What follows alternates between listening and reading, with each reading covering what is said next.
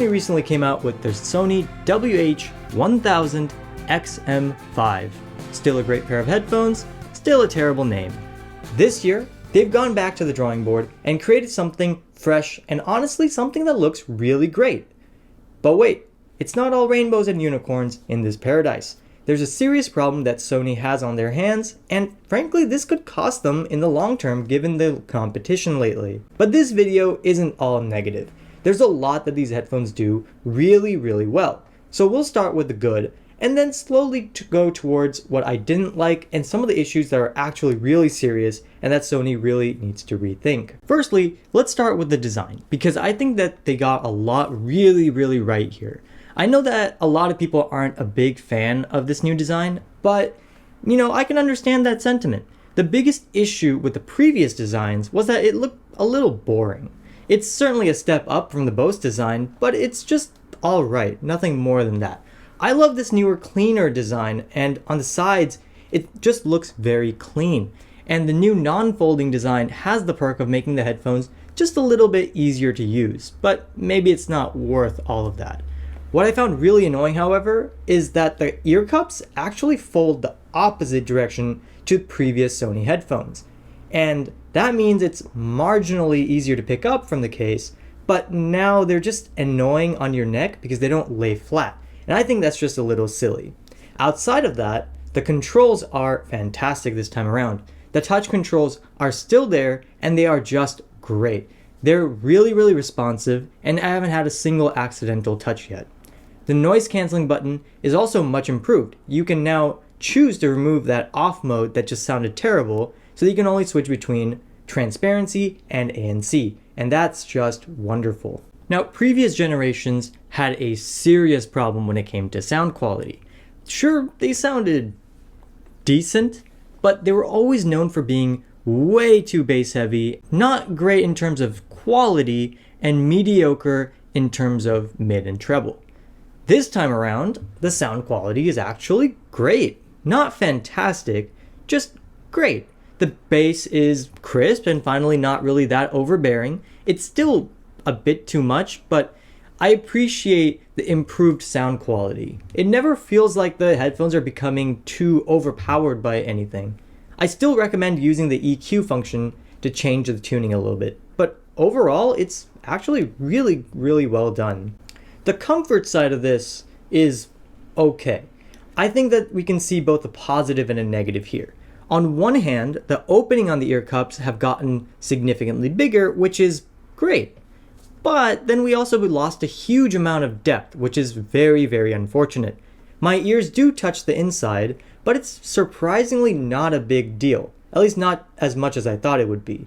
I find that the headphones manage to stay cool for at least 2 hours, I would say, which is not bad, especially compared to my XM3s, which would warm up within 30 minutes. That makes them nearly unusable in hotter climates. I do think it's rather odd that the AirPods Max have nearly 3 times the amount of space while being nearly half the thickness of the Sony headphones. Something to keep in mind. In fact, the Sonys are probably some of the thickest headphones I've seen in a long time. These headphones are also ridiculously light on the head, which is great, especially since they lack any clamping force. They just feel really nice on your head, and they don't really get heavy. While these are one of the few headphones that are extremely comfortable for me, some people may find issues with these, and I can definitely see them becoming a problem for me in the near future if I do end up keeping them. Firstly, the padding on the top is something I found a lot of complaints about. This is something I can understand because the headphones are not very well padded. I don't think these will be a big deal if you don't wear them too tightly. Otherwise, it may become a problem because there's going to be plastic bits hitting the sides of your head. The bigger issue though is with the ear pads. They're fine, just fine. After a few hours of usage, what I did notice is that the top of the ear cups no longer really sprung back as much. And you could argue that it's just conforming to the top of my head, but it seems to have lost all its springiness and frankly gets pretty uncomfortable. This is especially bad given the fact that these are really not thick. They're just super thin, awful ear cups. So this could really become a problem. Okay, off to the real negatives here. The build quality of these headphones is frankly just horrible. Well, kind of. They're built really well. There are no real screws visible and the overall design looks really good. The headband is made of some nice materials that seem to keep it more or less stable on your head. The case is also really well made. It's great, no complaints there. However, the headphones themselves have some really bad material choices that are just a little strange to me. I have some thoughts on this, but let's just talk about it real quick. The plastic here is some kind of recycled plastic, and it's pretty nice, don't get me wrong. It's not exactly a bad material. This is just probably what leads me to feel the very light nature of these headphones, but recycled plastic feels very cheap, and that's exactly the case here. The black version looks fine, but the silver version still has that multicolor contamination effect that recycled plastic always seems to have, and it's significantly worse in person. It just looks awful in my opinion, and I just don't understand the reasoning behind this. Had this been a very cheap pair of headphones, let's say $100, $200, maybe even $300, I would have been absolutely fine. And I would actually commend them for the material choice. However, for a flagship product, this is just embarrassing, especially when you're paying $400. At this price, there are a lot of great pairs of headphones that are made of very good premium materials. This is an especially strange move when the all-metal AirPods Max is just available for $50 more these days. That being said, these are still great headphones and I don't really mind it as long as they hold up to the test of time. It's just something I notice every time I handle them. I do have serious questions about the longevity, but I don't want to speculate unnecessarily. It's very likely that Sony has tested them and found them to be long-lasting. I also did not like the ear cups material. I'll be honest, they feel cheap. Unlike the previous leatherettes, this feels a little bit more rubbery, I guess. Maybe it's a little better for different things, but it just feels cheaper. Not necessarily that it's uncomfortable or anything, so that's very opinionated. Now, most people understand by now that Sony is the king of noise canceling, closely followed by the AirPods series, and then there's Bose doing whatever they're doing. But these are beyond amazing. They're able to take out more noise with minimal cabin pressure, and they're just fantastic. Sony actually put 2 noise canceling chips this time, and it really does show. It makes them absolutely ridiculously good at it. Until you get to the biggest issue with these headphones: adaptive noise canceling. So you see, this isn't really a new technology. It's essentially just trying to continuously change the ANC based on how much noise there is, how you're wearing the headphones. It's nice, but this has some issues. If you're in a quiet room, you're trying to save battery, you don't want to ramp up the ANC. Similarly, if things are loud, you want to boost that ANC level. But figuring out when to do that is something Sony hasn't really figured out. If they had implemented this correctly, this would have been amazing. As far as I can tell, the adaptive noise canceling aspect, on the Sony at least, is just marketing BS. There's essentially 2 separate modes here: a regular mode and a super duper noise canceling mode. The regular mode stays on all the time, and it's fantastic. I would say it's as good, if not better, than the XM3 and the XM4.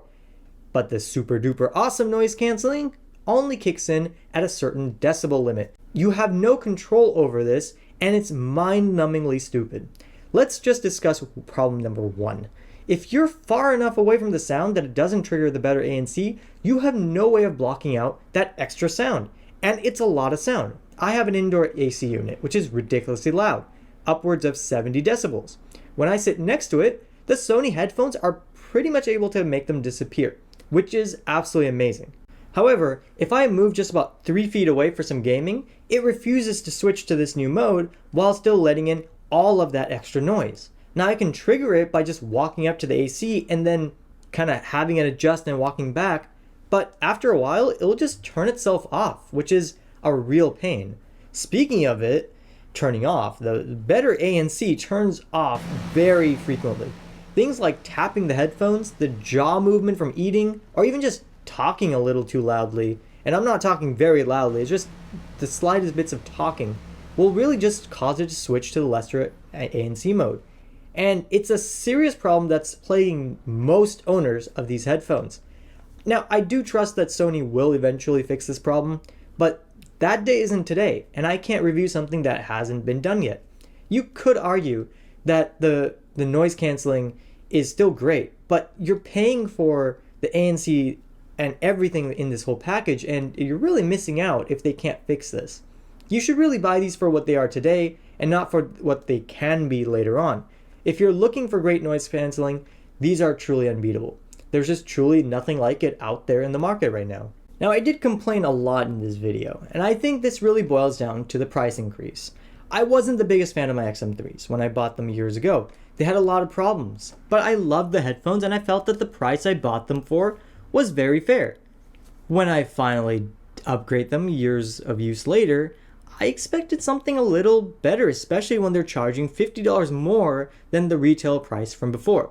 At $400, I just don't see them as being worth the price unless you're looking for strictly the best of the best in terms of noise cancellation. The XM4s are still around and they do pretty much 90% of what the XM5s do, maybe even more to be honest. Not only do you save money, you also don't have to deal with a lot of the strange new problems that Sony has introduced.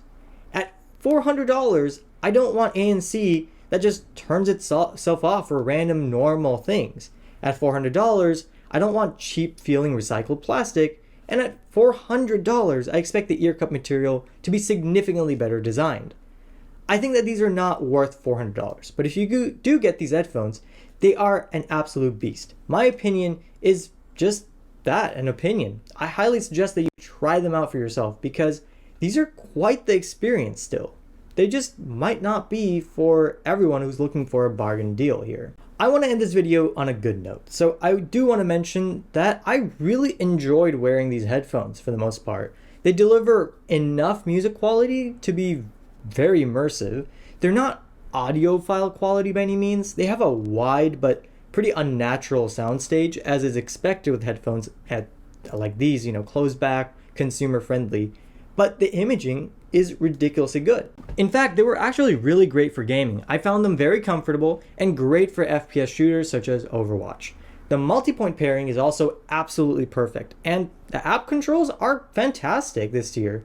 They got so much right with these headphones that I think that these would be an amazing pair to pick up if they go on sale sometime this year. I highly encourage you to try these headphones for yourself at a local Best Buy or from Amazon if they offer you free returns.